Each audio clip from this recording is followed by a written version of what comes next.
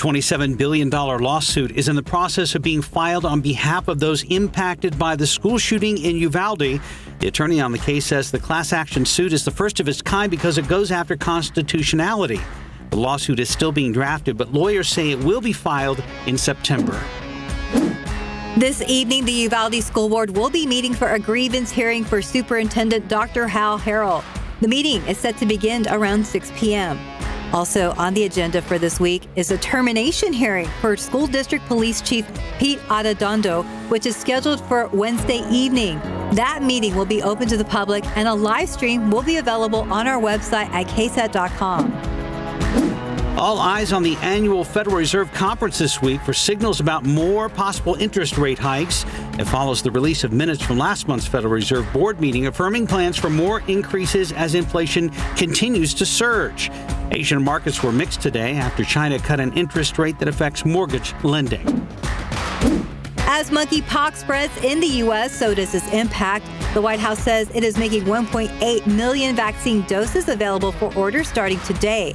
This comes as the country is struggling to catch up with demand. The CDC says more than 41,000 monkeypox cases have been confirmed worldwide. The U.S. has the highest number of cases with more than 14,000. Here in San Antonio, the number of cases reported was as 22 as of Friday. As states tighten abortion restrictions, a murky online market for abortion medications is thriving. According to a Wall Street Journal investigation, many of the sites are registered overseas. The sites are selling the medications for as much as $500. People who buy abortion pills online without a prescription could potentially face criminal charges in states that restrict abortion access.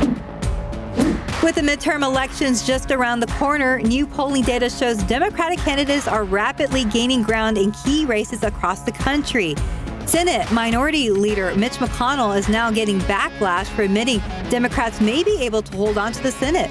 This comes as the new poll shows voters are concerned about threats to democracy, even more than the economy.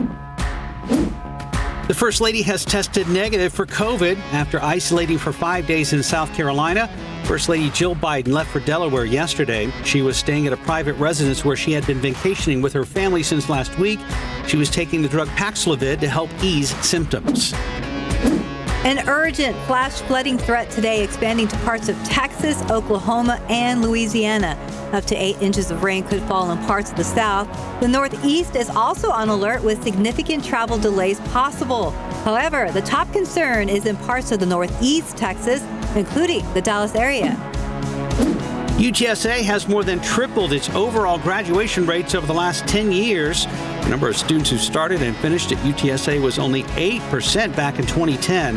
That number rose to 25% in 2020, and just this year it's grown to 32%. And that's today's 9 at 9.